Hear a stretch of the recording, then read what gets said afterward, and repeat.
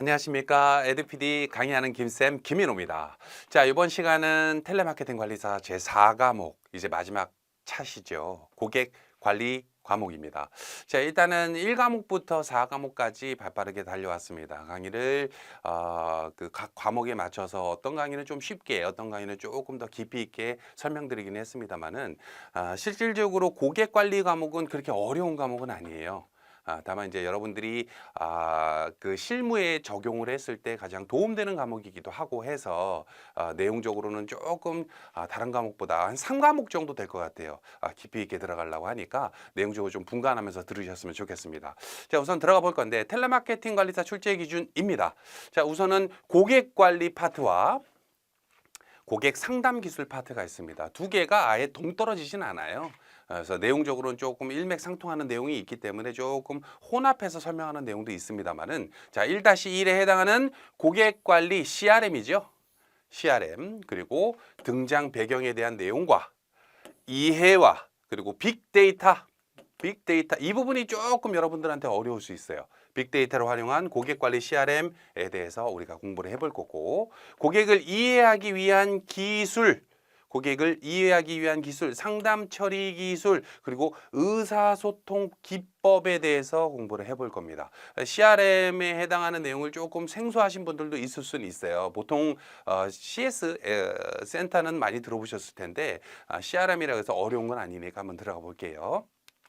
자, 우선은 CRM이 등장하게 된 원인과 거리가 먼 것은 여러분들 먼저 CRM이 뭔지를 알아야겠죠. 그래서 요걸 한번 가져와 봤습니다. CRM은 Customer Relationship Management라고 합니다. 우리나라 말로 번역을 하면은 고객 관계 관리예요.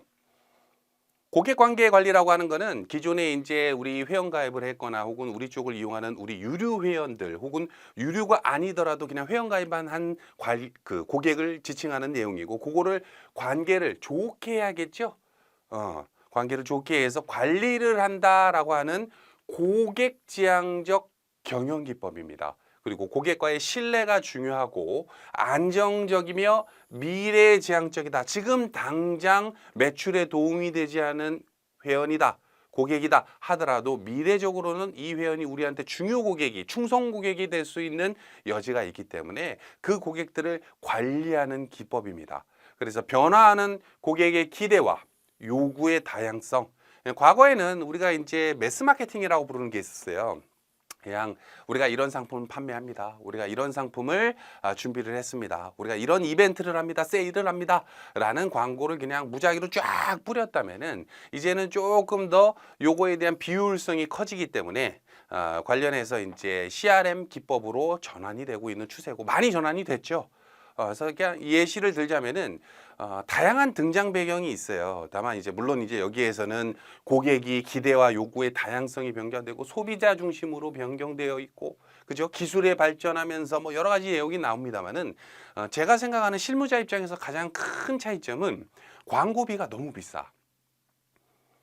광고비가 너무 비싸다 보니까 그냥 불특정 다수한테 뿌리는 광고 해가지고 효율이 적더라. 특정 상품에 해당하는 내용에서 혹은 특정 고객을 주요 타겟으로 하는 어떤 니치 마케팅이라든지 혹은 여러 가지 바이러스 마케팅을 접목시키려면은 기존의 우리 고객에 해당하는 컨슈머를 관리해 줄 필요가 있다. 릴레이션십을 할 필요가 있다. 매니지먼트를 한다. 라는 뜻입니다. 그래서 CRM 뭡니까? 고객 관계 관리에 해당합니다. 자, CRM에 관련된 용어가 여러 가지가 있는데 여러분들 알아야 되는 거 다른 거 다 필요 없고 뭐 CTI 같은 경우에도 뭐 솔직히 큰 필요는 없어요. 요거는 뭐 모르셔도 될 것 같아요. 딱 MOT만 머릿속에 넣읍시다. MOT는 뭐냐면은 Moment of Truth라고 해가지고 결정적인 순간, 진실의 순간이라고 하는 우리나라 말이 있어요. 이건 정확히 말씀드리자면 스페인의 투 있잖아요. 투사가 이제 막 이게 투가 이렇게 막 오게 되면은 그 소에 칼을 그 약점을 딱 찔러 넣는 그 순간을 부르는 어원에서 따온 거예요. 그래서 그 관련해 가지고 고객이 조직의 어떤 일명과 접속하는 접점으로서 고객이 조직에 대해 어떤 인상을 받는 순간을 말합니다. 그래서 우리가 어떤 가게를 간다든지 어떤 서비스를 이용한다든지 내가 핸드폰이 고장 나가지고 어떻게 삼성 서비스 센터를 갔는데 처음 딱 그 직원한테 받는 인상이 대부분이죠. 그래서 일반적으로 종업원과 고객에 접촉하는 순간에 발생을 해요. 첫인상이 계급발이다. 첫 끝발이 계급발이다. 뭐 첫인상이 중요하다. 우리나라 막 여러 말이 있습니다만은 보통 기업과 직면하게 됐을 때, 야 역시 삼성이야. 역시 LG야. 역시 뭐 대우야, 현대야 이런 얘기를 하는 가장 중요한 순간이 보통은 그 직원의 종업원과 종업원과 고객이 접촉하는 순간에 발생된다고 해요. 그래서 뭐 거기서 물건을 안 사더라도 다음번 들어갈 때 야 그 삼성 거기 직원이 참 대단히 잘했었는데 라고 하기 때문에 말은 복잡합니다만 이렇기 때문에 텔레마케터에 해당하는 우리들은 어떻게 해야 됩니까? 친절해야 됩니다. 전문가여야 되고 친절하고 고객의 소리에 귀를 기울일 줄 알아야 고객이 우리 기업, 내가 근무하는 기업에 좋은 인상을 가지게 되겠죠. 그죠? 그 순간을 바로 MOT라고 부르고 보통 15초 이내 결정이 돼요. 이해되시죠? 자, 그리고 관련된 CRM에 등장하게 된 원인. 자, 이제 CRM이 뭔지 알았죠? 그죠? 커스터머 릴레이션십 매니지먼트, 고객 관계 관리. 등장하게 된 원인과 거리가 먼 것은 고르라고 했어요. 업계 간 과다 경쟁이 있다. 그렇죠. 마케팅 경쟁이 있겠죠. 그죠? 고객의 욕구가 다양화되었다. 그렇죠. 옛날보다는 고객의 욕구가 굉장히 다양했죠. 옛날엔 청소기면 됐는데 이제는 무음과 그죠? 이제는 좀 뭐 요즘에는 또 거의 미세먼지 뭐 걸러주냐 마냐 이런 얘기까지 나오고 그죠? 다양화되었다. 물걸레랑 뭐 콜라보레이션 된 청소기도 나오고 고객의 데이터 축적에 어려움이 있다. 이건 뭐지? 모르겠어. 라이프 스타일의 다양화. 누구의 라이프 스타일? 고객의 라이프 스타일이 다양화됐다. 그거에 맞춰서 우리가 고객 관리를 하자. 관계 관리를 하자. CRM의 등장의 원인이 먼 것은 바로 3번이겠죠. 고객 데이터 축적의 어려움이 아니라 이제는 쉬워졌죠. 왜? 기술의 발달이 있었기 때문에. 어려운 문제는 아니었어요. 그죠? CRM만 여러분들이 알고 있다면은 자, 그리고 CRM에 대한 설명으로 틀린 것은 또 CRM 문제 나옵니다. 관한 설명으로 틀린 것은 고객과의 신뢰를 중시한다. 맞는 얘기죠. 고객 지향적이며 경영기법이다. 그죠? 기업 지향적이 아니죠. 소비자 지향적이에요. 이거 중요합니다. 이런 비슷한 문제 많이 나옵니다. 그리고 안정적이고 장기적인 수익을 창출한다. 그러겠죠. 일회성으로 끝나지는 않아요. 그죠? 그래서 보통 CRM으로 성공하는 기업들의 특징이 뭐냐면 충성 고객이 많아. 다른 말로 단골이 많아. 단골이 많아. 여기가 조금 비싸더라도 그래도 거기 갈 거야 나는. 이런 분들이 많죠. 자, 그리고 커스터머 이거 뭐야 이거? 응? 레셔널 매니저 뭐 이상하죠. 비슷하게 CRM을 나타냈으나 CRM에 대한 정확한 영어 명칭을 모르면 안 돼. 그죠? 커스터머는 고객이고, 그죠? 레셔널은 뭡니까? 합리적인 뜻 가지고 있는 거 맞죠? 합리적인 매니저는 매니저고 매니저 다르죠. 고객 합리적인 매니저 이상한데 정확히는 커스터머 릴레이션십 매니지먼트가 돼야겠죠. 그래서 정답은 4번입니다. 그죠? 영어에 대한 용어가 좀 나오는데 매번 이거 설명할 때마다 조금 억울한 감이 들어요. 우리가 이제 텔레마케팅 관리사라고 하는 어떤 이제 다양한 그 학술적인 내용이 이제 우리나라에서 만들었으면은 이러지는 않게 그분들이 한글을 배워야겠지, 그죠? 근데 이제 요즘은 이제 K-팝 쪽에서 대세긴 하는데 아무래도 이거는 이제 영어권을 쓰는 나라에서 들어온 거기 때문에 영어도 어느 정도는 알아야 됩니다. 커스터머 릴레이션십 매니지먼트. 솔직히 매니지먼트랑 커스터머는 어렵지는 않은데 이 릴레이션십 이 용어를 그냥 여러분 머릿속에 좀 넣으셨으면 좋겠어요. 자, 됐죠? 스페링까지 외울 필요는 없고. 자, 그래서 정답은 4번이고요. 자, 예시 문제 들어갑니다. 이것도 실제 기출 문제예요. 근데 문제 제가 예시로 빼는 건 3과목부터 이제 도입을 이제 깊이 있게 들어가려고 한 건데 기출 문제를 쉽게 낼 때가 있고 아주 어렵게 낼 때가 있잖아요. 평이하게 낼 때도 있고. 근데 보통 너무 어렵거나 아예 너무 쉽거나 하는 건 예시로 빼놓은 거예요.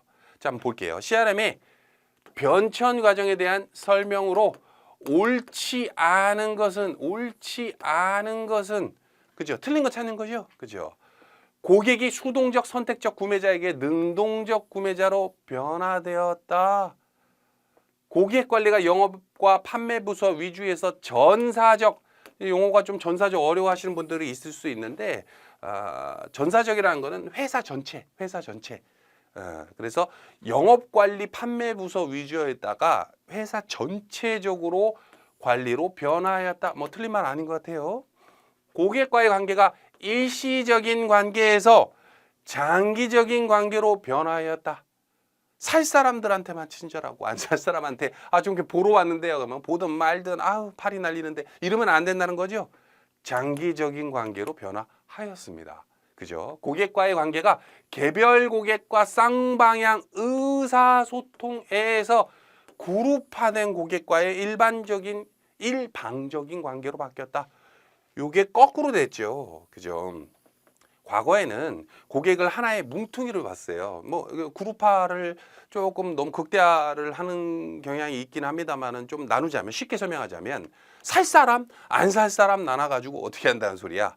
일방적으로 한다는 거죠. 근데 거기에서 고객과의 관계가 개별 고객. 지금은 사지는 않았으나 나이가 젊은 사람 혹은 나이가 좀 있는 사람, 남자, 여자, 개별 고객별로 쌍방향이 의사소통을 통해서 그 고객을 어떻게 관리한다는 거. CRM의 핵심이다. 핵심. 개별 고객과 쌍방향 의사소통을 한다. 그래서 옳지 않은 것은 4번이죠. 요 상태에서 이렇게 갔다는 게 아니라 거꾸로예요. 거꾸로. 그죠? 그룹화된 고객과의 일방적인 관계에서 개별 고객과의 쌍방향 의사소통으로 바뀌었다.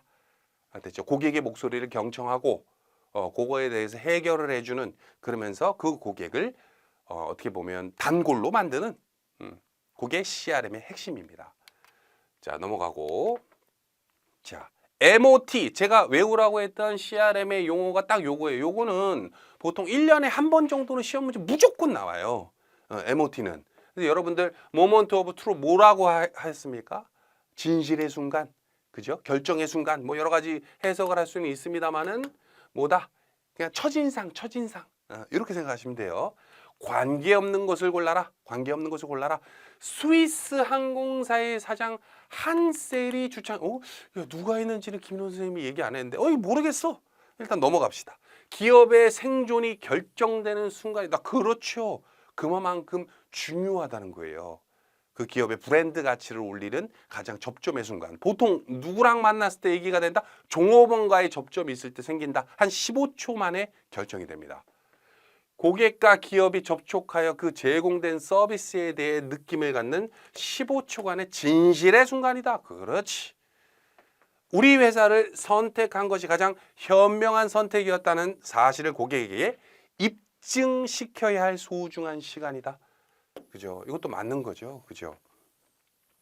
자, 그래서 정답은 1번인데 여러분들이 1번을 이거 뭐 굳이 외울 필요는 없어요. 1번 이거를 뭐 한 사람은 리차드 노먼이라는 사람인데 이것까지는 몰라도 돼. 2, 3, 4에 대해서 어렵지 않잖아. 요거 모르고 요거 딴 거 뭐 아무거나 갖다 대도 리차드 노먼이 아니라 리차드 노만, 아니 그렇게 하면 안 되겠구나. 노만 셀러, 노만 한셀 뭐 이렇게 해도 이거 다 몰라도 돼. 이 세 가지 보기에 대한 내용은 여러분 머릿속에 있어야 돼요. 개념을 알면 돼. 첫인상이야, 첫인상. 그만큼 첫인상이 중요하다. 여기서 중요하게 여겨야 되는 키워드는 바로 요거예요, 요거. 2번. 기업이 생존이 결정되는 순간이다. 그만큼 중요하기 때문에 고객에게 친절해야 된다라고 하는 거죠. 그죠? 자, 여기에서 조금 복잡하게 들어갈게요. 우리가 언제였지? 3과목이었나요? 리더십 쪽 그 할 때 누구였나요? 허시아 블렌차드 직원 성숙도를 할 때 1번 뭐였습니까? 지시형, 그죠? 2번 설득형. 와, 이 글자 써지다 마냐? 3번 또 뭐였지? 4번 위임형. 그 다음에 3번이 갑자기 기억이 안 나. 3번이 참여형. 그죠? 참여형. 요거에 대해서 조금 집계해서 설명을 드릴게요. 그러니까 뭐 아예 일목 이게 딱 들어맞지는 않는데 설명을 드리자면 우리가 이제 종업원들에 해당하는 우리 직원이 뭔가 일을 할 때 시키는 대로 일을 막 한단 말이야. 시키는 대로. 그게 이제 지시형이죠. 너 이거 해, 너 저거 해. 이런 리더십을 발휘해. 친절하란 말이야.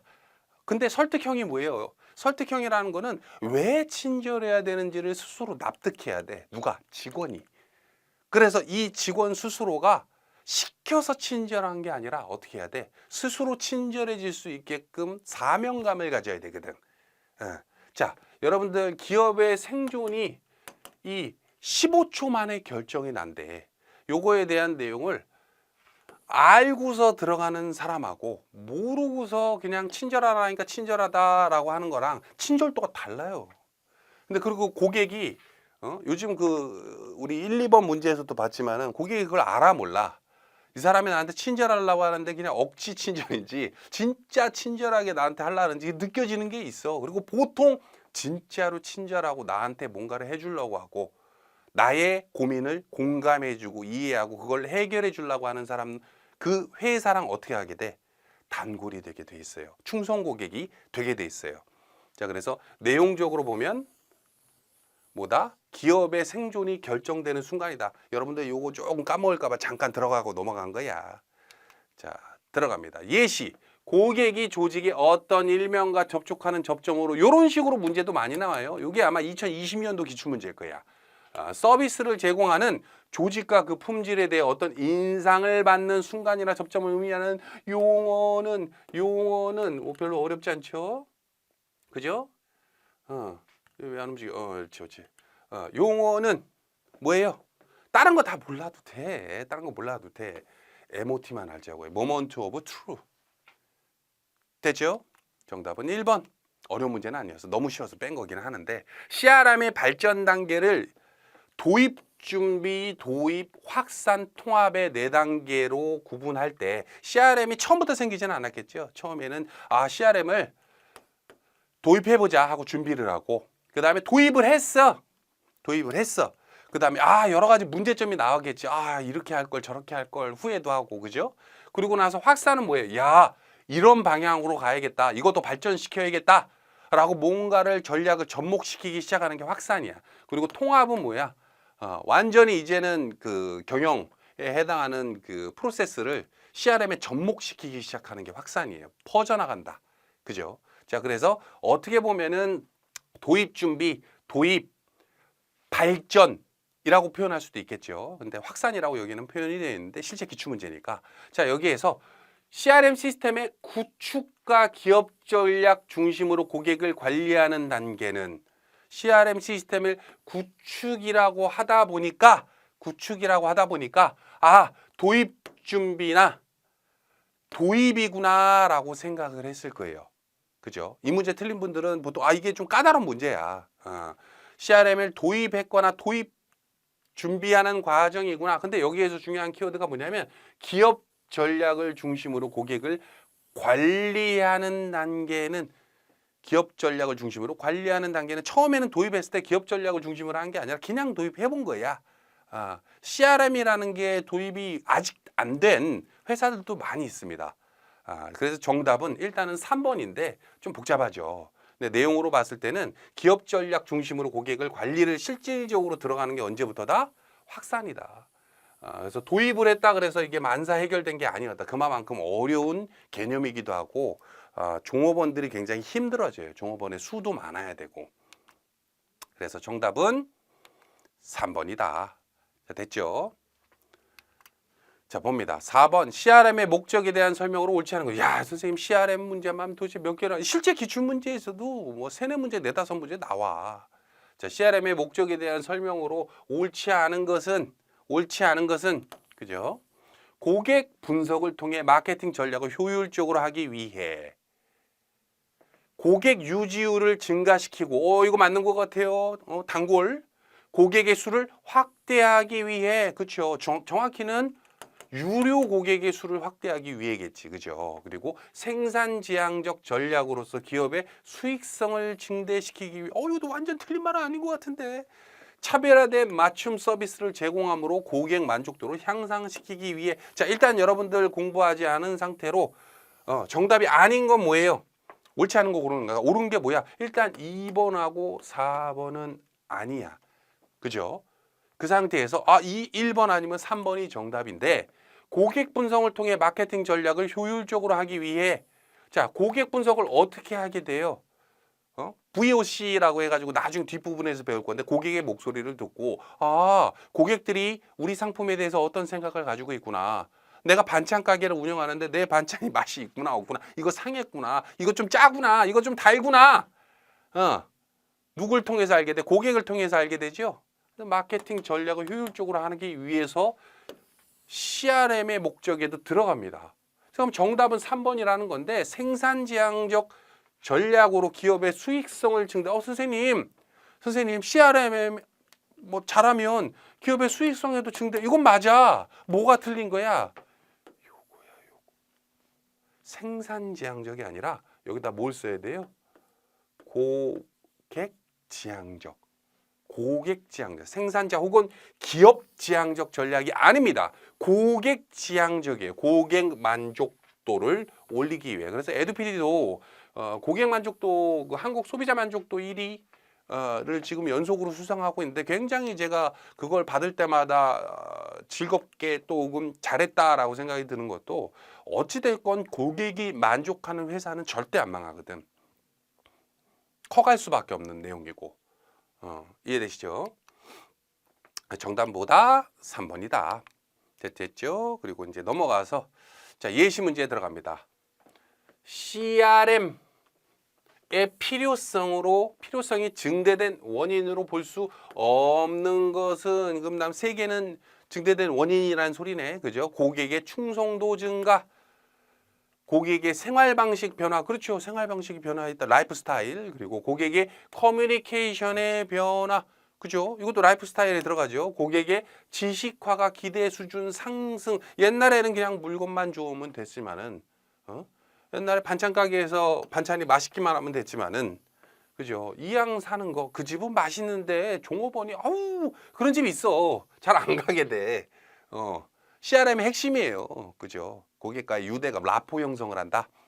이런 표현 쓰기도 하는데, 고객과의 유대감을 통해서 어떻게 보면 고객이 우리를 막 변호해 주기도 해. 우리가 실수를 했을 때, 우리 기업이 뭔가 잘못을 했을 때, 야, 그래도 거기 그나마 거기가 그래도 나은 거야 이러면서 변호해 주기 시작하거든. 나라로 보면은 그런 걸 뭐라고 불러요? 국뽕 막 이런 얘기 하잖아. 그죠? 자, 봅니다. 관련해서, 자, 그러면은 이거에 대한 필요성이 증대된 원인이 볼 수 없는 건데, 자, 일단 1번이 정답이에요. 왜 1번이 정답이냐면, 고객의 충성도가 떨어지기 때문에 CRM을 해야 된다는 소린 거야. 여러분들 헷갈리면 안 돼요. 고객의 충성도가 떨어지기 때문에 하는 거야. 매출이 떨어지기 때문에 하는 거야. 고객의 여러 가지 생각이 단순화되면 할 필요가 없어. 그냥 물건만 팔면 돼. CRM의 가장 큰 목적은 뭐냐면은, 고객이 옛날 같지 않아. 옛날 물건만 좋으면 사는 게 아니야. 친절해야 되고, 뭔가 AS 서비스라든지 이런 것도 잘 돼야 되고, 다양한 요구 조건들이 많아지고, 그거에 따라서 충성도가 떨어져. 옛날에는 삼성하면 삼성이면 뭐 말 다 했지. 근데 그런 브랜드 가치가 점점점 떨어지고 올라가야 되는 내용은 뭐예요? 충성도를 증가시키기 위해인 겁니다. 어려운 문제는 아니었는데, 여러분들이 이거를 딱 인식을 100이라고 여러 번 강조를 한 거예요. 자, 고객 생애 가치, 라이프타임 밸류에 대한 설명으로 옳은 것은, 자, 고객 생애 가치, 솔직히 이거를 이론적으로 여러분들한테 설명드릴 필요는 없어요. 많이들 들어보셨을 거야. 고객의 생애 가치. 근데 요거에 대한 정의를 머릿속에 한 번만 넣으면 이거 관련된 문제는 틀릴 일은 없어요. 이것도 1년에 한 번 정도는 등장하는 문제예요. 자, 봅니다. 특정 회사 제품 또는 서비스를 처음으로 구매하거나 요청한 기간을 말한다. 특정 회사의 제품 또는 서비스를 구매하거나 요청한 기간을 말한다. 그죠? 처음 그럼 이건 시작을 말해. 시작. 그죠? 자, 그리고 처음으로 자사 제품 또는 서비스를 구입한 때부터, 시작부터, 그죠?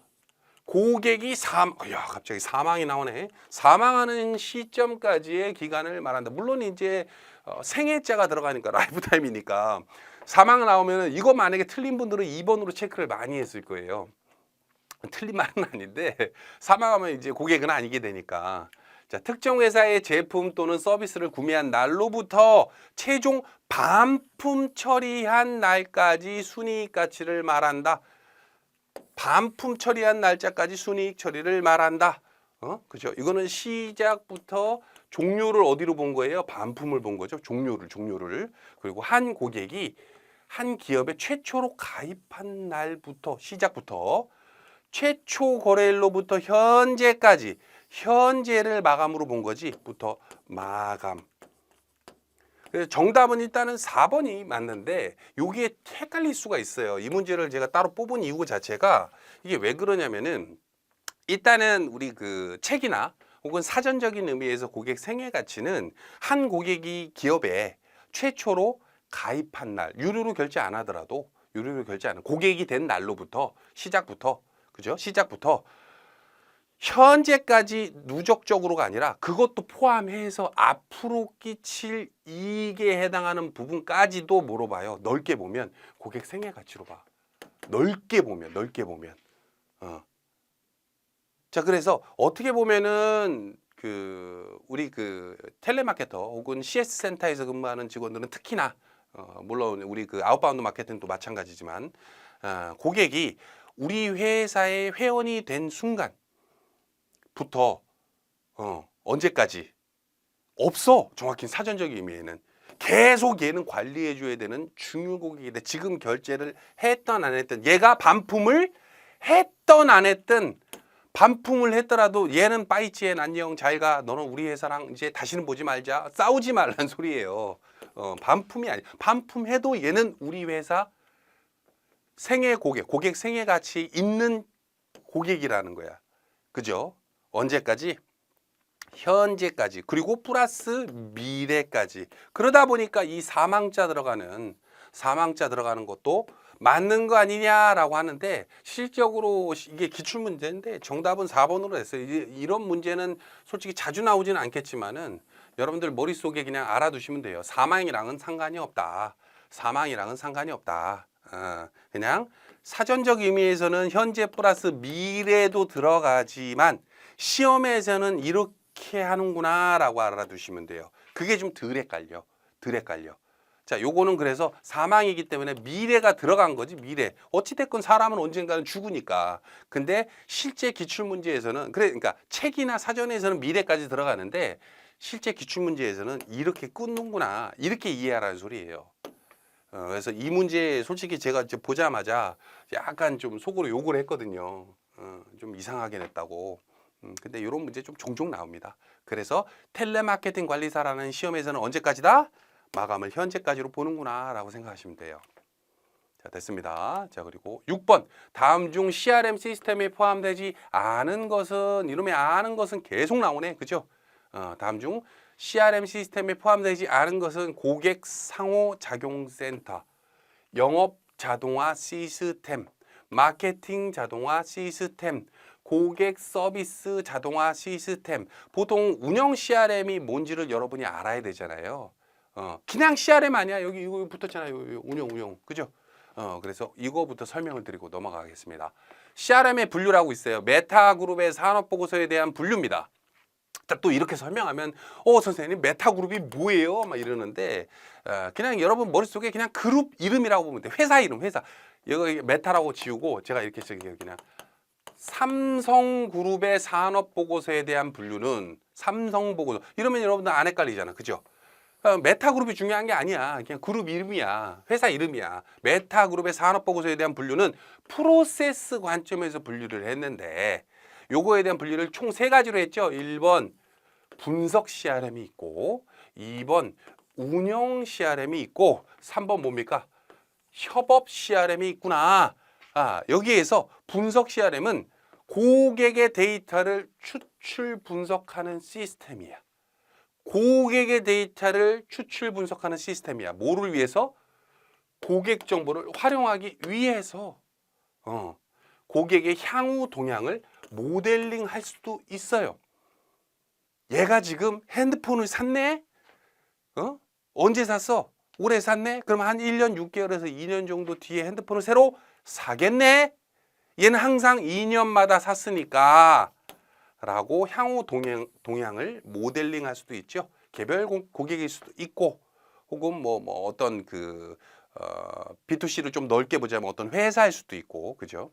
자, 그리고 운영 CRM의 구체적인 실행을 지원하는 고객 관리를 구체적으로 지원하는 시스템을 말합니다. 그래서 조직과 고객 간의 관계 향상, 혹은 고객 접촉과, 고객 접촉하니까 갑자기 뭐가 생각납니까? 고객 접촉하니까, 그죠? 모먼트 오브 트루 기억나시죠? MOT와 관련된 기능을 강화 지원하는 시스템이다. 그죠? 그리고 협업은 그냥 뭐 분석하고 운영하고 짬뽕된 거라고 보시면 돼요. 두 개가 둘 다 있는 거. 그래서 실제 시험 문제에서는 협업 CRM을 내는 경우가 별로 이렇게 흔치는 않은데, 일단은 웹 개인화 서비스, 이렇게 하면은 스케줄러 같은 거 있죠. 우리 그 캘린더나 이런 데다가 내일 내가 뭐 해야 되고, 이거를 누가 써? 고객이 쓰잖아. 그죠? 고객의 정보를 추출하는 데 쓰기도 하는 내용이고, 시스템이. 그리고 고객이 그 시스템을 보고 뭐를 할 수도 있어요. 뭐를 할 수도 있어? 회사에 관련된 구체적인 실행을 할 수도 있잖아. 그죠? 그냥 단순 추출만 하는 게 아니잖아. 그죠? 그래서 개인화 서비스, 스케줄러 같은 거, 그리고 고객 상호작용센터, 고객과 기업이 뭔가 상호적으로 작용한다, 이렇게 생각하시면 돼요. 등이 대표적인 예가 있습니다. 그 외에도 텔레마케팅의 CRM, 뭐 CTI, 기업의 CRM, 미시적, 거시적이 어쩌니, 전략이 어쩌니, 전술이 어쩌니 뭐 나오는데 다 필요 없어. 이 세 가지만 알면 돼요. 이 중에서도 가장 시험 문제 자주 나오는 게 요거야, 요거. 보통 운영 CRM의 구분으로 옳지 않은 것은, 그러면은 세 개는 운영 넣어놓고 한 개는 협업 넣는다든지, 세 개는 운영 넣어놓고 하나는 분석을 넣는다든지 이런단 말이야. 자, 보면은 운영 CRM의 시스템이 포함되지 않은 것은 뭡니까? 고객 상호작용성. 선생님 아까 상호작용하는 거는 협업이라고 했는데요. 그렇지. 그래서 1번이 정답이에요. 1번이. 그리고 영업 자동화 시스템, 마케팅 자동화 시스템, 고객 서비스 자동화 시스템이 전부 다 운영 CRM에 들어갑니다. 요거는 솔직히 여러분들 시험 문제 나왔을 때 요 문제는 거의 포기하고 들어가는 분들도 많아요. 메타그룹에 해당하는 이 운영 CRM의 구분에 대한 문제가 보통 1년에 한 번 정도 이것도 나오긴 나오는데, 요거까지 완벽히 파악하려면 아까도 말했다시피 이걸로 내는 경우도 있고 막 다른 걸로 내는 경우도 있거든. 그래서 이 문제는 뭐 깊이 있게 들어가지는 않고 아예 그냥 이렇게 생각하면 돼요. 자동화 라고 나왔을 때 영업을 자동화한다, 마케팅을 자동화한다, 고객 서비스를 자동화한다 라고 하면은 대부분 운영 쪽에 들어간다 라고 생각하시면 돼요. 자, 됐죠? 자, 7번 분석 CRM. 와, 선생님 분석 CRM은 아까 추출 분석 추출 기억나시나? 자, 여기 보면 요거죠. 요거 추출 분석하는 시스템이다. 자, 분석 CRM의 본질적인 역할을 수행하기 위해 고려해야 하는 요소가 아닌 것은, 자, 봅니다. 데이터 마트, 데이터 마이닝, 데이터 웨어하우스, 선생님이 이게 뭐죠? 데이터 마트, 이게 도대체 뭐죠?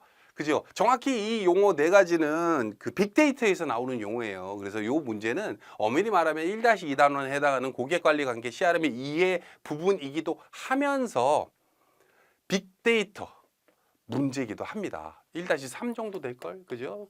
빅데이터를 통한 고객관계 관리. 자, 그래서 요거를 분석 CRM이 뭔지를 알아야겠고, 분석 CRM은 뭡니까?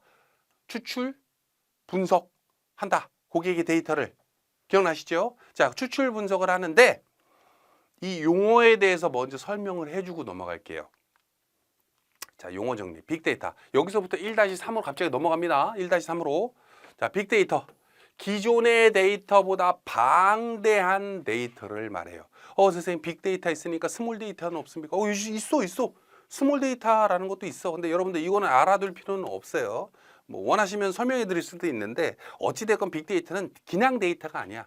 굉장히 어떻게 방대해야 돼. 그냥 크기만 하면 되느냐? 아니죠. 공통적인 특성 세 가지를 가지고 있어야 빅데이터라고 부를 수가 있어요. 3V라고도 부르는데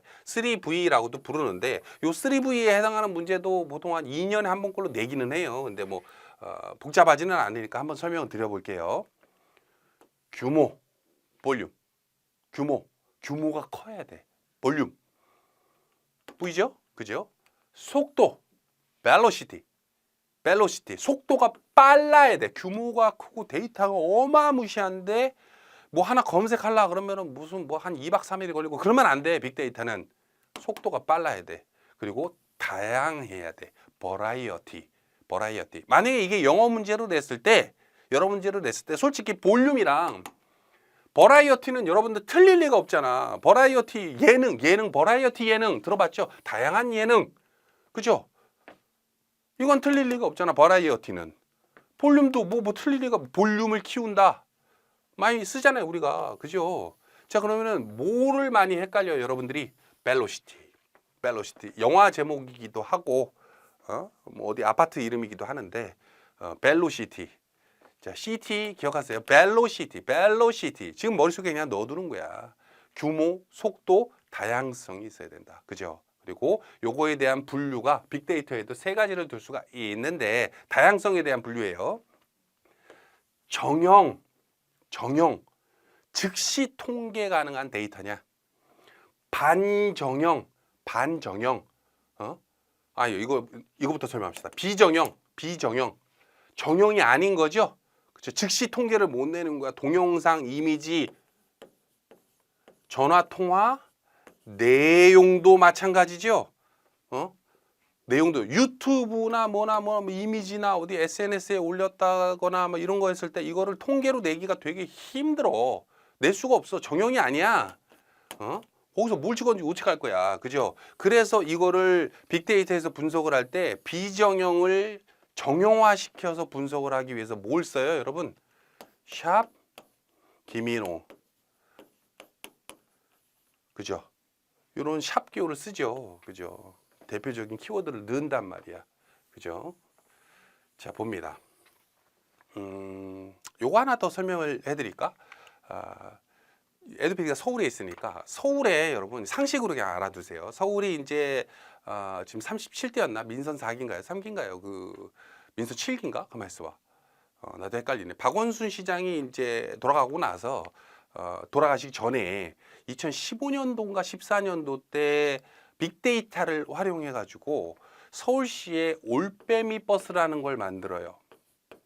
올빼미 버스라는 걸 만들었어요. 올빼미 버스. 근데 이게 뭐냐면은 다른 거 아니야. 그러니까 서울 시내, 물론 이제 다른 지방도 그렇습니다만은 서울특별시다 보니까 아무래도 야간에 일하는 분들이 많이 계세요. 24시간.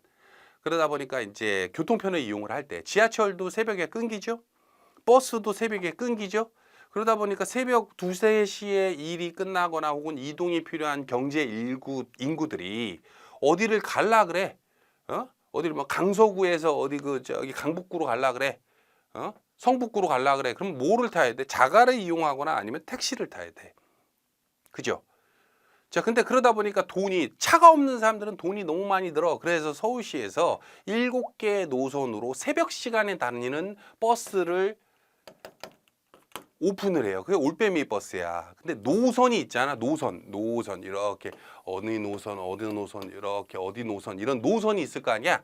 그 노선을 만들기 위해 빅데이터를 이용을 했는데 어떤 거 이용했냐면 밤 시간에 새벽 1시부터 새벽 4시 5시까지 통화량이 많은 기지국 위주로 연결하는 노선을 개설하거든. 그러면서 서울시정에서 뭐라고 발표하냐면 빅데이터를 활용해서 이렇게 노선을 설정을 했다라고 했단 말이야. 통화 내용을 보고서는 한 게 아니죠. 그럼 비정형이잖아. 비정형. 그죠? 정형화가 안 됐잖아. 뭘 본 거예요? 통화량. 현재 통화 중이냐 아니냐. 그죠? 지금 기지국에 이용하는 통화를 하고 있는 사람의 수. 그죠? 뭐 정형이죠. 그건 즉시 통계 가능하니까. A 기지국에 지금 통화를 하고 있는 사람이 이 근처에 통화를 하고 있는 사람이 10,000명이다. 즉시 통계 가능하잖아. 그죠? 저쪽은 B는 150명이다. 그죠? 여기가 훨씬 많네. 여기를 중점으로 이렇게 노선을 만드는 다 만들 수는 없으니까 무슨 낮 시간 같이 그죠? 그러면 이제 적자도 심하고 그래서 정형, 반정형, 비정형에 대한 설명을 조금 드렸죠. 그죠? 그리고 기본 용어 또 들어갑니다. 자, 기본 용어 데이터베이스. 자, 여기에서 중요합니다. 요 중요해요. 잘 따라오셔야 돼요. 데이터베이스는 통합하여 관리되는 데이터의 집합을 말하고 데이터 웨어하우스는 의사결정을 위한 정보 집합, 데이터 마트는 자, 요거를 요렇게 저 말고 다른 이 텔레마케팅 관리사 혹은 다른 자격증에서 강의하는 분들이 이 기본 용어 설명을 하면서 데이터베이스는 뭐고요, 데이터 마트는 뭐고요, 데이터 마이닝은 뭐고요, R은 뭐고요, 하는 뭐고요, 맵 리뉴스가 뭐쩌니 뭐 막 나와. 여기 뭐 하나 더 하자면 또 뭐가 있어요? 여기에 SPSS, PGP, SPSS 막 이런 거 막 설명해 줘.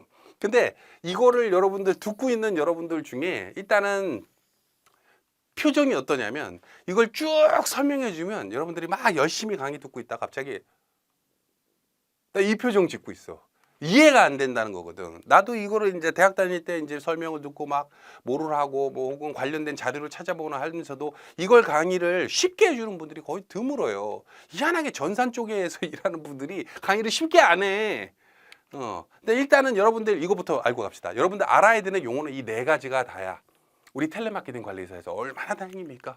근데 그 중에서도 데이터베이스, 데이터 웨어하우스, 데이터 마우트, 데이터 마이닝 이거를 일일이 머릿속에 외우려고 그러면 시험장 가서 헷갈리게 되어 있어요. 그래서 요거에 대한 개념 파악을 제가 정확히 드릴게요. 자, 그래프를 가져왔습니다.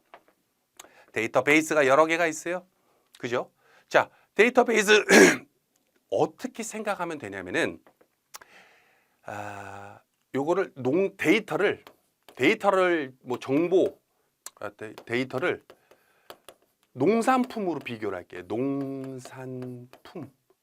농산품 뭐 당근, 쌀, 보리, 무 아니면 뭐 두부 뭐 이런 가공품일 수도 있고 아무튼 그런 우리가 쉽게 살 수 있는 어떤 제품이라고 볼게요. 제품 데이터를 그런 게 우리 강원도에도 있고 제주도에 있고 뭐 전국에 다 이렇게 있죠. 그죠?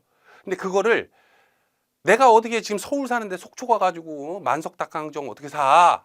물론 이제 택배로 시키면 되지만은 불편하잖아. 바로 살 수가 없잖아. 바로 먹을 수가 없잖아. 그래서 그거를 요 데이터베이스에 모아두는 거야. 요거를 어떻게 보면 되냐면은 도매 창고 정도로 볼게요. 도매 창고. 생산자가 있고 도매가 있고 소비자가 있고 그다음에 도매가 있고 소매가 있고 그다음에 소비자가 있죠. 그래서 내가 뭐라 그랬어? 소비자는 소소한 재미가 있어야 된다 해서 소비자 앞에 소매가 있잖아. 그죠? 도매 창고야. 도매 창고. 큰 규모의 도매 창고에 여기에 막 두부랑 당근이랑 막 섞여서 막 잔뜩 막 배겨져 있는 거야. 이 상태로 일반인들이 여기 가가지고 도매 창고 가서 뭐 살라 그러면 완전 돈떼기 시장이야. 못 찾아. 여기에서 이 도매 창고 여러 군데에 있는 거에서 지금 겨울에, 지금 여름에 살만한 내용들을 접속, 발췌, 필터링, 요약, 정렬해서 하나에 모아두는 게 있어. 다 오진 않겠지. 그죠? 주로 지금 쓸만한 걸 모아둔 걸 데이터 웨어하우스라 부르는데 이걸 뭐라고 내가 표현하는 게 좋겠냐? 좋습니다. 제가 좋아하는 이마트라고 볼게요. 이마트야. 여기가 이마트야. 이마트. 농가에서 생산한 걸 도매에서 사놨다가 그걸 이마트에 납품한 거야. 이마트에 납품하면 지금 한겨울인데 에어컨을 납품하면 돼, 안 돼? 이마트 무슨 창고가 뭐 터지지. 에어컨 아니고 뭐에 히터. 지금이 여름인데 지금이 뭐 물론 이제 여름에도 뭐 겨울 과일도 먹고 하겠지만 어찌됐건 뭐 떡국이나 이런 거 말고 한여름에는 막 팥빙수 같은 거 갖다 놔야 되잖아. 필요한 내용들을 여기다가 모아놔. 여기다 모아놔. 이게 뭐야? 이마트야, 이마트. 정보의 이마트가 뭐다? 데이터 웨어하우스다. 데이터 웨어하우스다. 데이터를 데이터베이스에서 모아놓고 그 데이터베이스 중에서 필요한 내용들을 필터링 한다든지 요약 정렬해 가지고 데이터 웨어하우스에 넣어놔. 이게 뭐다? 이마트다. 이 중에서 각각의 세부적인 내용을 정리를 해놔. 복사하고 보급해 가지고 어디다 넣어놔? 데이터 마트에 넣어놓는데 이건 어떻게 생각하면 되냐면 이거 데이터 이거 이마트라 그랬죠? 이마트 가보면 어떻게 돼 있어요? 1층은 뭡니까? 과자랑 주류랑 이렇게 있고 2층은 지하는 그 식료품 코너 있고 2층은 속옷, 3층은 뭐 남성 의류, 4층은 여성 의류, 5층은 뭐 전자제품 이렇게 각 층마다 색깔에 맞게끔 뭐가 구분되어 있죠, 그죠? 그게 데이터 마트라 불러. 데이터 마트. 그래서 A 데이터 마트에는 지역을 모아놓고요. B 데이터 마트에다가는 고객 정보를 모아놓고요. C 데이터 마트에는 마케팅 정보를 넣고요. D 데이터에다가는 재무 정보를 넣고요. E 데이터 마트에는 타사를 넣습니다. 그게 데이터 마트예요. 데이터 마트. 이해되고 계십니까? 그걸 가지고 우리 사용자가 나랑 내 와이프가 이마트에 갔어. 1층에 갔어. 그래. 지역 정보를 딱 보러 왔어. 거기에는 뭐가 있습니까? 뭐 지역이라고 표현하지 말고 이거 농산품이라고 할게요. 농산품 식자재를 보러 갔어. 그걸 갔더니 식자재를 갔더니 우리가 거기에서 뭐 두부도 종류가 되게 많아. 뭐 풀무원 것도 있고 어디 것도 있고 어디 단단한 두부도 있고 소프트 두부도 연두부도 있고 순두부도 있고 그래요 안 그래요? 그걸 가지고 자 우리가 뭐 사러 우리가 필요한 거는 지금 된장찌개를 끓일 건데 된장찌개니까 두부는 부드러운 두부를 사야겠다. 아우 근데 나는 딱딱한 두부가 좋은데 된장찌개 끓일 거지만 딱딱한 두부가 좋은데 근데 그 딱딱한 두부도 비용이 어떤 건 1,000원이고 한 모에 어떤 거는 막 2,000원, 3,000원이고 막 다양하잖아. 그죠? 데이터 마이닝이 그런 내용이야. 두부를 사러 가서 식자재 코너 가가지고 이거를 뭔가 추출하고 뭔가를 하는 그런 기능, 기술, 프로그램, 프로세스 그거를 데이터 마이닝이라 그래. 이거를 우리나라 말로 뭐가 있을까? 현명한 소비 정도 되겠다. 장바구니에 담는 거 지금 막 이렇게 담아내는 거 있지 추출. 이 마이닝이라는 뜻이 뭐예요? 우리 탄광에서 광부들이 이렇게 채굴한다 그래요. 채굴. 그죠? 채굴하다 보면 금덩이도 나오고 은덩이도 나오고 다이아도 나오고 석탄도 나오고 막 하겠지. 그죠? 자, 식자재를 코너로 갔더니 와! 애호박이 3개에 1,000원이래. 와! 득템했어. 응? 다이아몬드 뽑았어. 금덩이 뽑았어. 데이터 마이닝이 그런 내용입니다. 데이터 마이닝이 뭐라고요? 채굴하다. 그러면 그 채굴을 데이터 마트에서 할 수도 있고 데이터 마트가 없는 경우는 데이터 웨어하우스에서 할 수도 있어요. 물론. 근데 이해하자면 이렇게 순서대로 해놓은 거야. 데이터 마이닝은 뭐다? 현명한 소비. 장바구니에 현명이 그거 빼 안 돼. 그건 비싸. 그거 맛없더라고. 데이터 마이닝을 뜻합니다. 데이터 마이닝에는 또 여러 가지 막 세부적으로 있는데 통계 분석. A 회사와 B 회사 중에서 야 이게 더 싸네 저게 더 싸네 이건 맛있는데 조금 비싸 근데 이걸 살 거야. 통계 분석. 클러스터링 이건 이제 용어는 어려운데 집단을 뜻하는데 집단 하나의 집단을 줘가지고 왜 농산물 코너에서도 뭐가 이렇게 좀 이렇게 어떻게 해야 되지 이렇게 설명합시다.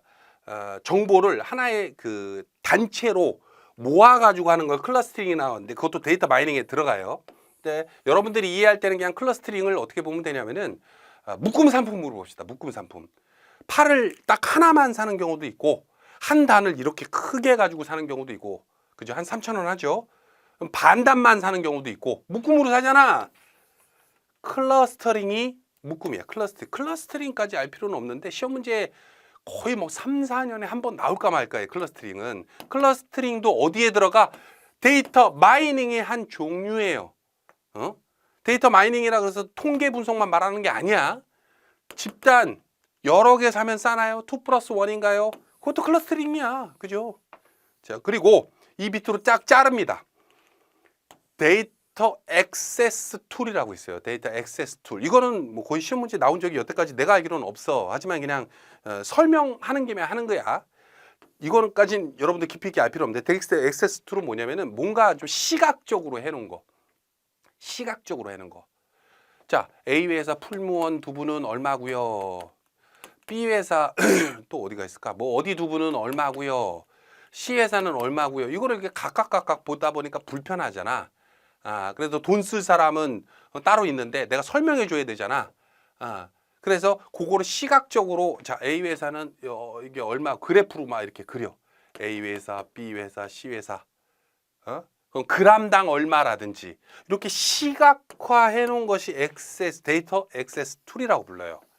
자, 근데 거기에서 데이터 시각화, 아까 말한 요 뭐 그래프로 만든다든지 이런 거, 혹은 이제 뭐가 있을까? 우리 그 와인 이마트에 사 보신 적 있나? 와인 사러 가면은 이마트에 그렇게 있는 것도 있고 없는 것도 있는데 요렇게 그려져 있어. 그래서 이게 헤비, 뭐 스위트, 뭐 드라이 뭐 해가지고 뭐 점이 이렇게 찍혀 있고 이거는 이 와인보다 이거는 조금 헤비하구나.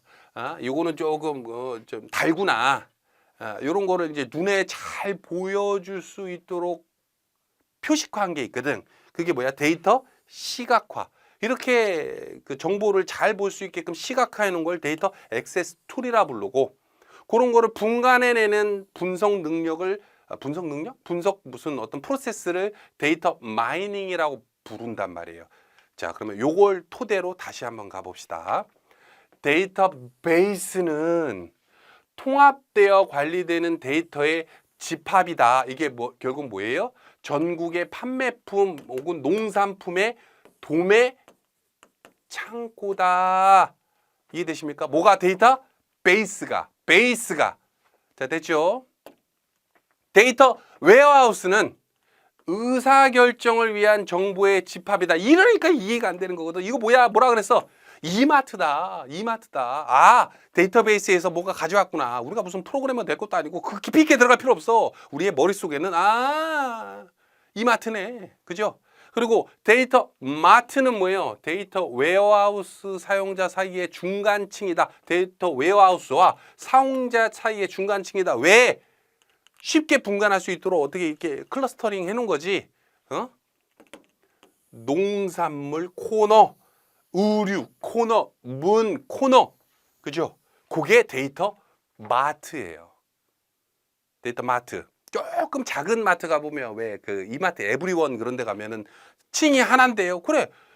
데이터 웨어하우스이면서 데이터 마트인 경우도 있어요. 두 개가 하나인 경우도 있어. 그죠? 자, 어찌됐건 이렇게 이해하시면 되고, 그러니까 데이터 마이닝은 선생님 뭡니까? 대량의 데이터에서 유용한 정보를 추출하는 거, 채굴하는 거, 다양한 다양한 감자, 다양한 고구마, 다양한 두부 중에서 오늘은 이거를 살 거야. 합리적 소비를 위해서 이거 좋다. 장바구니에 딱 넣죠. 데이터 마이닝입니다. 자, 됐어요? 됐습니까? 물론 텍스트 마이닝도 있는데 이거는 뭐 됐어. 요 네 가지만 알아도 보통 이 빅데이터에서 문제가 뭐 몇 개 나와도 여러분들 평균 이상은 풀 수 있으니까 딱 요 정도만 알면 돼. 자, 됐죠? 자, 7번 다시 이제 문제 들어와서 분석 CRM의 본질적인 역할을 수행하기 위해 고려해야 하는 요소가 아닌 것은, 이게 굉장히 어려운 문제예요. 이게 2019년 문제일 거야. 분석 CRM에 대해서 뭔지 알아야 되고, 분석 CRM은 분석하고 통계 내는 거구나.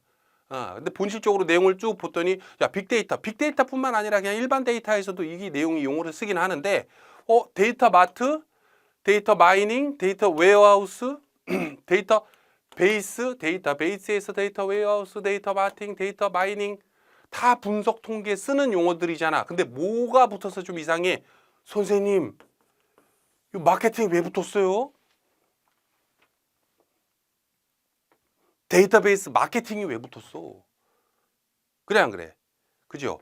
요거 없이 있으면은 뭐야 이게 문제가 정답이 없어. 다 맞는 건데가 되는데 데이터베이스 마케팅이 붙었기 때문에 정답은 4번이에요.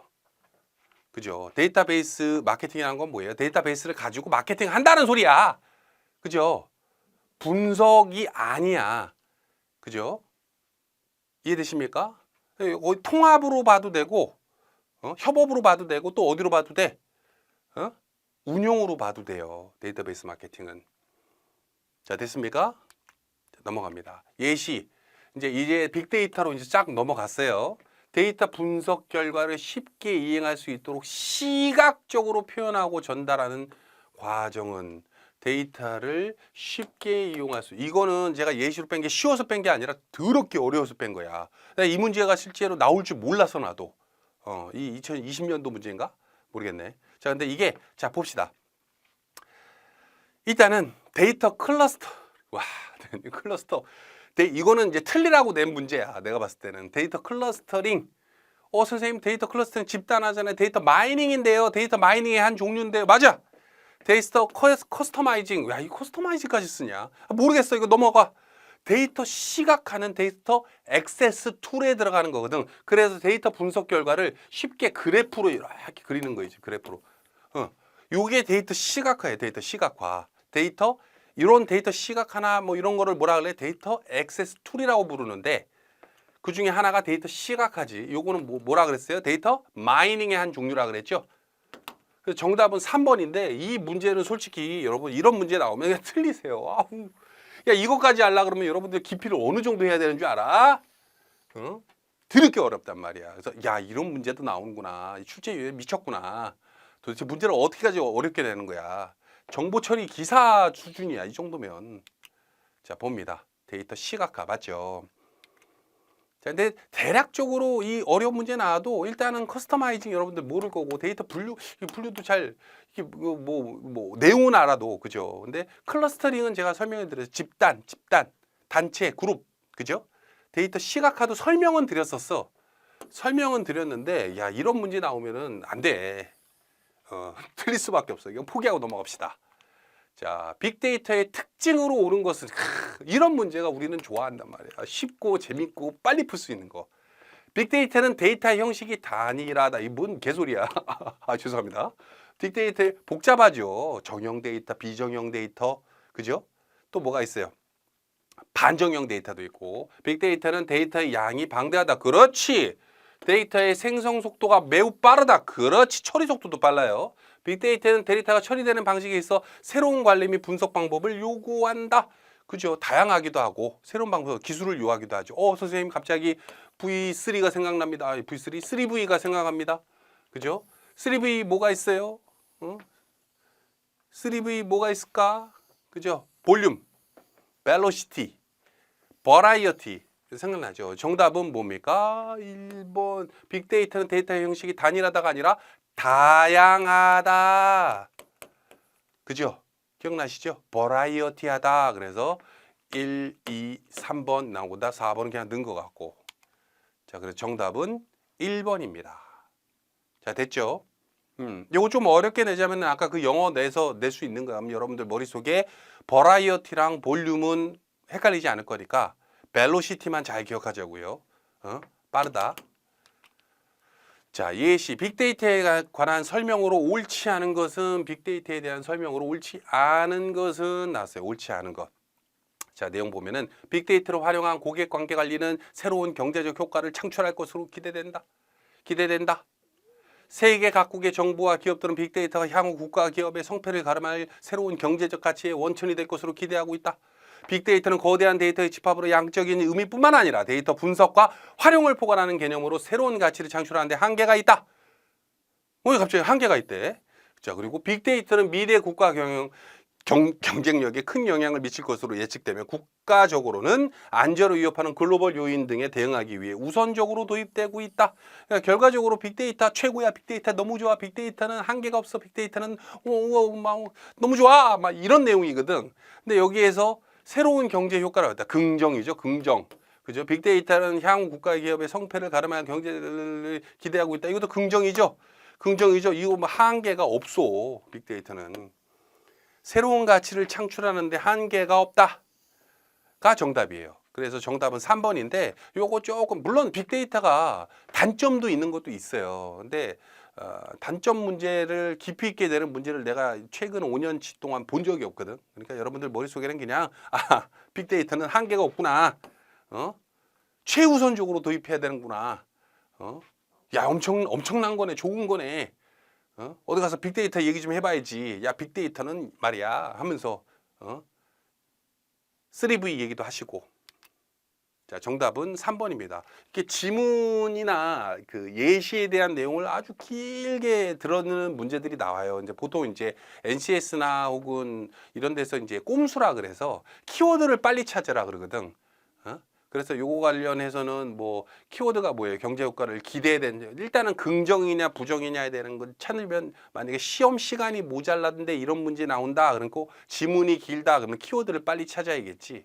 근데 우리 텔레마케팅 관리사에서는 그 정도까지 긴 문제는 별로 없어서 시험 문제가 모자라서 떨어졌습니다 이런 분들은 거의 없을 것 같아요. 특히 강의를 본다면. 빅데이터 수집 방법 중 크롤링과 가장 관련이 있는 것은 와 선생님 크롤링은 또 뭡니까? 웹 로봇은 뭐고 로딩 블로그 로그 데이터는 뭡니까? 자 요거에 대해서 이제 깊이 있게 다 푸는 건 어렵진 않아요. 근데 이제 데이터 수집 방법이잖아. 그래서 요거에 대해서 어렵진 않은데 솔직히 크롤링 문제까지 낼 줄은 몰랐거든. 근데 이제 이런 문제가 나온다 그러면은 또 공부를 우리가 하면 되니까 한번 들어가 보자고요. 자, 기본 정리입니다. 빅데이터 수집 절차가 있어요. 이건 안 어려워. 빅데이터를 수집하려면 수집 대상을 선정해. 어떤 수집을 할 것이냐, 어떤 대상을 수집할 것이냐, 수집 계획을 세워요. 당연한 거겠지.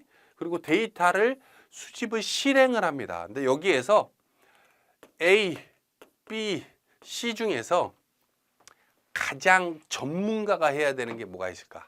가장 전문가. 빅데이터를 좀 다뤄봤다라고 하는 사람이 제일 해줘야 되는 거. 그러면 사람들이 대부분 뭐라고 그러냐면 C 아니면 B로 해요. C 아니면 B. 어떤 데이터를 선정할 것인지는 일반인이 해도 되잖아요 라고 하는데 그렇지가 않아. 빅데이터는 달라. 빅데이터는 A를 전문가가 해야 돼. A를.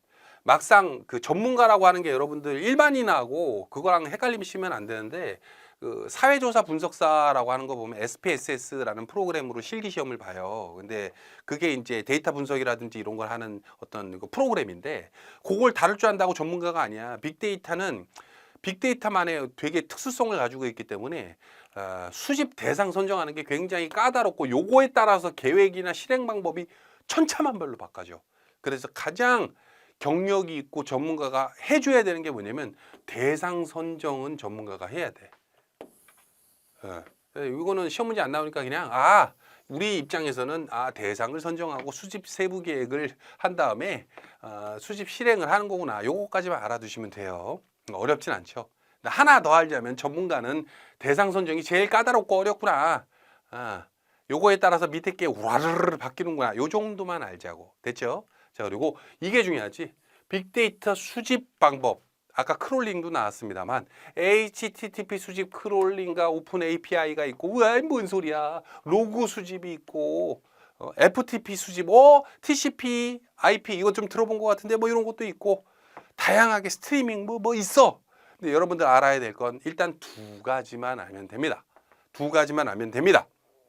자, 여기에서 일단은 FTP 수집이라고 하는 거는 이제 반전 파일 쪽에 들어가는 내용인데 이거는 이제 건너뛰고 HTTP 수집 혹은 로그 수집부터 있어요. 근데 여기서 좀 쉬운 게 로그니까 로그부터 설명을 드리자면 로그 수집은 뭐냐면 어떤 회원이 어떤 특정 사이트에 딱 들어가 그리고 뭔가를 해서 강의를 보거나 뭐를 하거나 여러분들 이 강의를 나의 강의실에서 보면 나의 학습관리 코너 가보면 언제 내가 이 강의를 들었고 하는 게 기록이 되죠.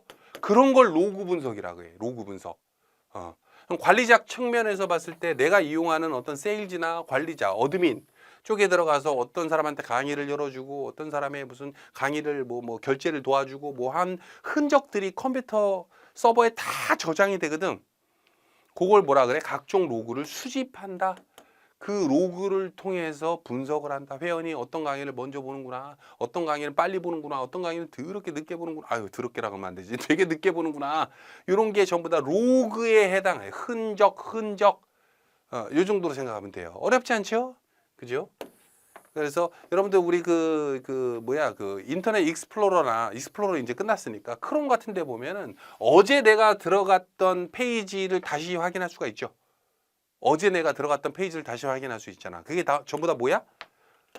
로그가 남은 거야. 로그 삭제할 수도 있죠, 물론. 자, 그리고 HTTP 수집이다라고 하는 건 뭐냐면은 HTTP 하면 뭐예요? 요즘은 이제 HTTPS 이런 거 쓰잖아, 그죠? 그래서 뭐 솔직히 TP도 SFT 뭐 이렇게 쓰기도 한다고 하는데 뭐 난 잘 모르겠고, 자, 일단은 HTTP는 어떤 인터넷 페이지가 있어. 인터넷 페이지를 에듀피디 홈페이지, 메인 페이지나 인트로 페이지를 딱 들어오잖아요. 그러면은 그거를 사람이, 자, 에듀피디 홈페이지에는 처음에 뭐 공무원 자격증 공기업이 있고 뒤에 뭐 영상이 보이고 밑에 뭐가 있고 막 이거를 일일이 사람이 어떻게 분석을 해? 그죠?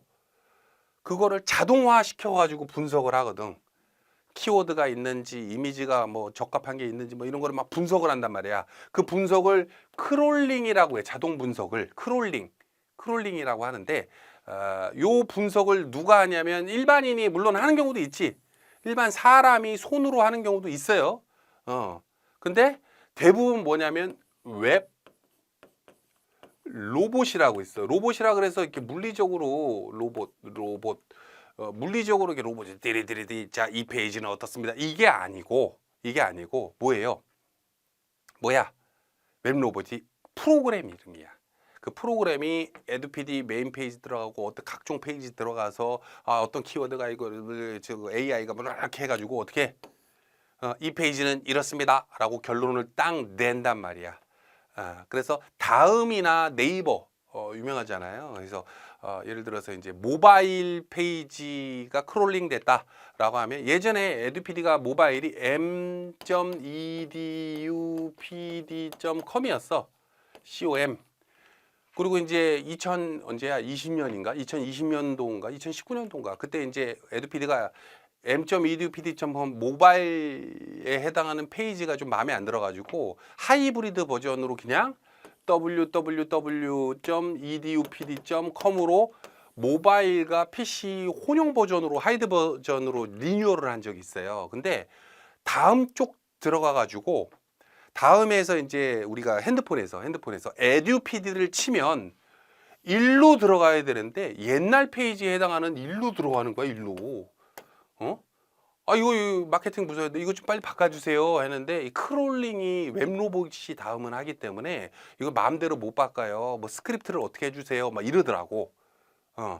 사람이 못 바꾼대. 물론 사람이 바꾸는 방법도 있어. 그래서 웹로봇은 모바일에 맞춰진 페이지구나라고 분석을 하고 이건 하이브리드 버전이기 때문에 모바일 전용 페이지보다는 그 적합도가 좀 떨어지는구나 해서 얘가 스스로 에듀피디를 모바일에서 검색하면 자꾸 일로 보낸다고. 일로 옛날 페이지로. 이해되시죠? 단점이기도 해요. 크롤링이 뭐다? 어떤 특정 페이지를 자동으로 검색해서 수집하게끔 해주는 거를 크롤링이라고 하는구나. 여기에 쓰이는 게 대표적인 게 웹 로봇이 있구나. 자, 그러면 오픈 API는 뭐냐? 뭐 단축 URL 같은 건데 뭐 그거는 뭐 시험 문제 안 나오니까 여러분들 알 필요는 없고 그냥 크롤링만 알아두시면 됩니다. 크롤링과 각종 로그 수집 설명드렸죠. 자, 그럼 다시 문제로 와서 다음 중 빅데이터 수집 방법 중 크롤링과 이거 뭐라 그랬어요? HTTP라 그랬죠. 가장 관련이 있는 것은 자동 검색이야. 자, 일단 답은 딱 보이죠. 웹 로봇이 정답이야. 근데 나머지 것도 알아야 돼. 웹 로딩은 뭐야? 웹이 로딩되는 걸 말해. 어려울 거 없어. 웹 블로그는 뭐야? 블로그야, 블로그. 네이버 블로그. 그거 웹 블로그야. 웹 로그 데이터는 뭐예요? 로그 흔적이 남는 그 데이터를 말해요. 로그 분석에 해당하지, 그죠? 로그 수집에 해당하지, 그죠? 그래서 웹 크롤링에 해당하는 건 HTTP 분석이기 때문에 그건 어디에 들어간다? 웹 로봇에 들어간다. 와, 문제 더럽게 어렵네. 하지만 솔직히 크롤링에서 웹 로봇 정도는 전문가라면 알아두시는 게 좋아요. 이쪽 관리 잘하면. 그래서 우리가 특정 페이지를 우리 에드피디가 오픈을 했다. 특정 페이지를 뭐로 오픈했다. 근데 저쪽에서는 그게 크롤링에서 웹 로봇이 하기 때문에 뭐라 뭐라 합니다. 근데 이쪽에서는 그게 무슨 소리야? 이런 게 아니라 내용을 좀 알아야겠죠. 그래야지 대처 방안이 생기고 그거에 맞춰서 또 텔레마케팅을 할 수가 있으니까. 자, 이해되시죠? 자, 내용은 이렇습니다. 자, 일단은 9번까지 했고요. 10번은 이제 고객 관리에서 이제 2단원으로 가기 때문에 좀 끊었다 갈게요. 여기까지 할까요? 다음 시간에 뵙겠습니다.